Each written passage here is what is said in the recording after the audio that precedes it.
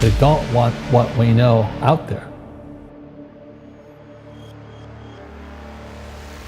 You'll never get this on CNBC.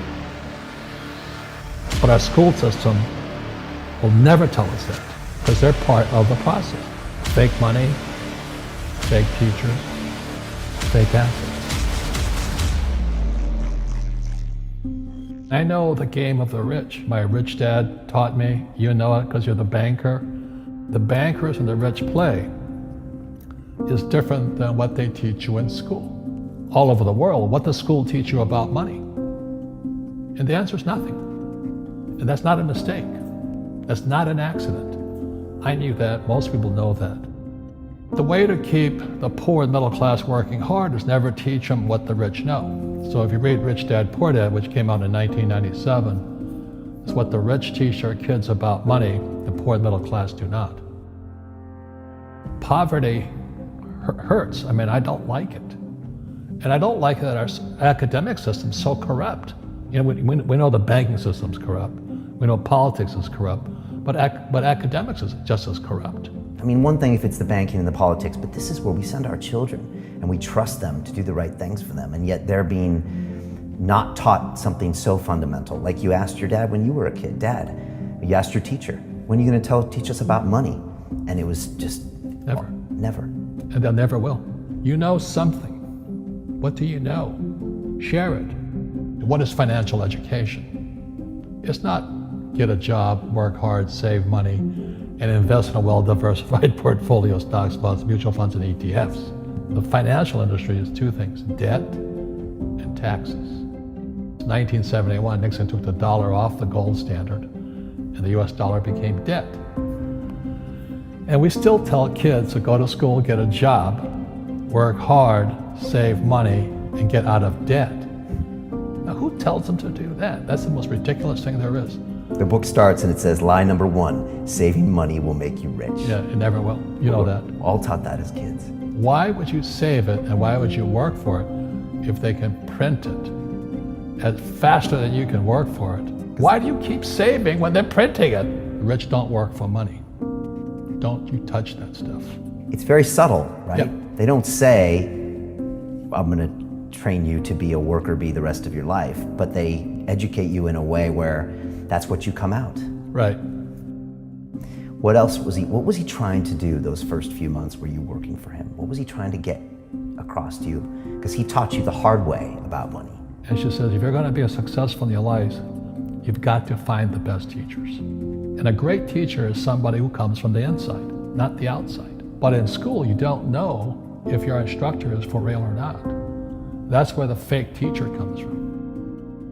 I said, I want you to teach me about money. So why should I teach you? He said, but if I teach you, you work for me for free. And I said, why for free? And my poor dad went nuts. He says, because if I pay you, you think like an employee. Your brain will change. If you learn never to work for money, you'll be a rich man. And this is powerful. Once you give someone a paycheck, their brain turns off. Correct. Because it's... And then the promise of a pension.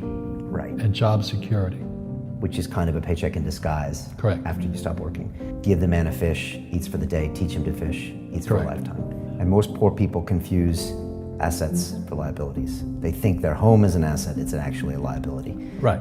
An asset is a noun, like a house. Cash flow is a verb. So to understand if it's an asset or liability, it takes a noun plus verb. So if the cash is flowing out of your pocket, it's a liability. If the cash is flowing into your pocket, asset, verb, it's an asset. So I own 7,000 rental properties. Those are assets. Every month, the cash flows in. Whereas many people have the big house on the hill and the cash is flowing out. Right. And they're going broke. Right, it's like a frame of mind. The other thing the poor don't understand is the number one expense for most people is taxes. And yet we don't even see it. Isn't that weird? You walk around and you look at the paycheck and say, that doesn't seem right, and you don't realize that the government's got a huge hand in your pocket and you are doing nothing to minimize that. Again, this is what's very different about the rich and the poor. The rich don't work for money. His number one expense is tax. See, there's three kinds of income: earned, portfolio, passive. So earned income is if I get a job, that's earned income. If I'm a doctor or a programmer, that's earned income because I'm working for it. If I buy, let's say, Apple for $10 and I sell it for $20, that's portfolio income, capital gains. Yeah. But passive income, which is cash flow, is never taxed. And so these guys are screaming right now in America, tax the rich. I said, good luck. Because most of the guys complaining, they don't know there's three kinds of income. And the rich don't have jobs anyway.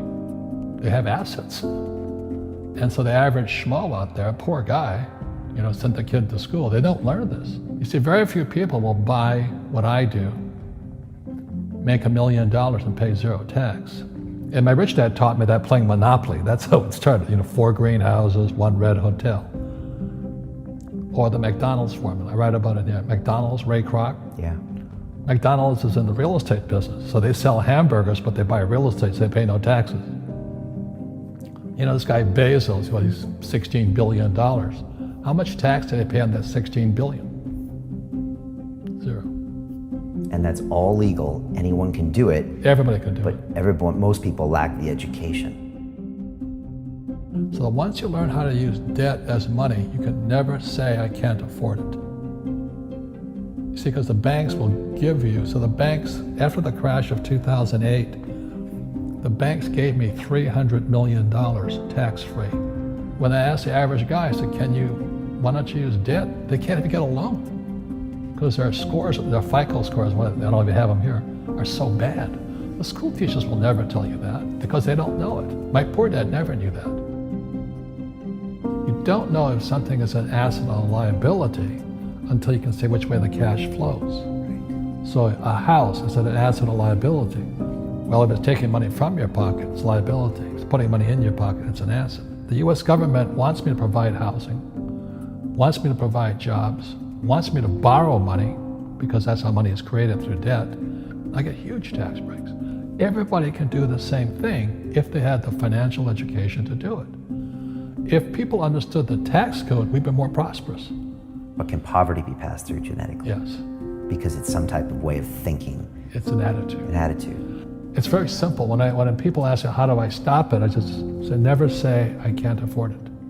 Ask yourself, how can I?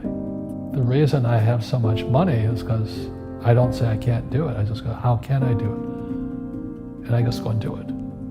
I make a lot of mistakes, but that's how I learn. How can I? The poor people, like my poor dad, always said, I can't afford it. Do you think I'm made of money? I'm a school teacher. I can't do that. And I picked that up. And my rich dad never said those words. So when I meet poor people, they use the words I can't a lot. So the people that say, I can't afford it, I can't do this, I can't get to college, the rich are evil, I choose not to participate in that. And that's one thing people could change today. Correct. Right now is that dialogue in their head. Stop saying the word can't. I can't. Right. So how can I? How can I? Especially as in, I can't afford it, how can I afford that? Right. Because that opens them up to looking at it as an investment to a greater future. Right. When I borrowed $300 million, I couldn't do it until I went to ask. And I got turned down so many times. I said, and every time I showed the banker my financials and he'd go, sorry. I said, look, do me a favor. Why did you turn me down? And he'd tell me, this is out, the numbers are out here. So if I get these numbers fixed, can I come see you again? He goes, sure. So it's called rejection. Same as my wife rejected me for 6 months. It's just a matter of personal willpower, which is spiritual. Just saying, if they can do it, I can do it. And how can I? How can I? And I think it's you once said, words become flesh. Yep. That was the Bible too. Right? Intelligence increases through your mistakes, through the ups and downs, through what you learned. Real estate's real estate, but what I learned made me richer, not the money. You don't need money to make money. I think all of us, every human being has that low point in their life. And if they get the message, a new life begins. If they don't get the message, they keep going down. The richer I got was because I didn't need any money. I could use this to make money. But how did I get there? Is I made a lot of mistakes. people are afraid of making mistakes and all this, fear of failing, it limits them. Nice, so very nice. So many people trapped in the same device.